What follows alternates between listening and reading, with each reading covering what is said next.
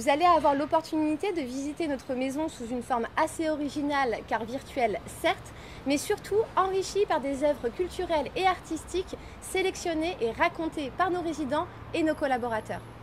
Finalement, vous allez avoir l'opportunité de visiter le premier musée virtuel inclusif au monde. Nous espérons que la concrétisation de ce projet, à l'initiative de la start-up Hello Art Up que nous remercions infiniment, vous plaira autant qu'il nous remplit de fierté. Nous vous souhaitons une excellente visite.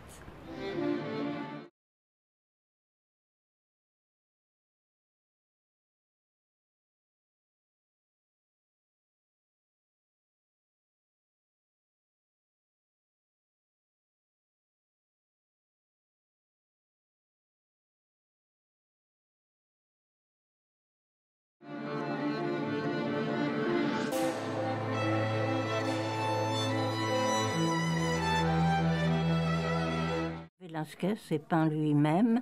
Alors là, par exemple, il est en train de peindre sur ce tableau qu'on ne voit que de dos. Et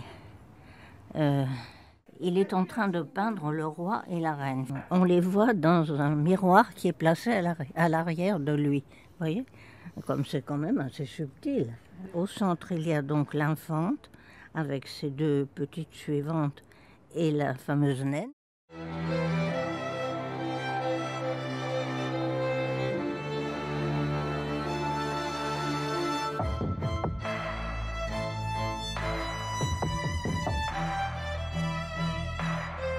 Je me suis amusée à reproduire des collages de Ernst avec tous ses thèmes habituels, etc. Ernst avait choisi comme second nom Lop Lop, qui est un oiseau en fait. Je pense que s'il se voit comme un oiseau, c'est peut-être aussi parce que c'est la liberté, c'est ce qui est sans limite en fait. Alors justement, j'ai vu de belles images avec le casque. Alors je trouvais que c'était agréable de se promener comme ça dans l'établissement, oui. Je trouvais que c'était vivant.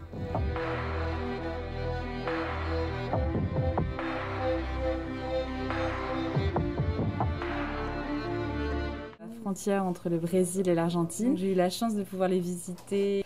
Et c'est vraiment un lieu qui m'a marquée tellement c'est sublime. J'avais déjà eu la chance de voir les chutes du Niagara aux États-Unis. Et déjà, j'avais été impressionnée. Voilà, c'est un des trucs à voir dans le monde. Mais quand j'ai été mise devant les chutes d'Iguazu, ça a été franchement un coup de massue tellement c'était magnifique. Ouais.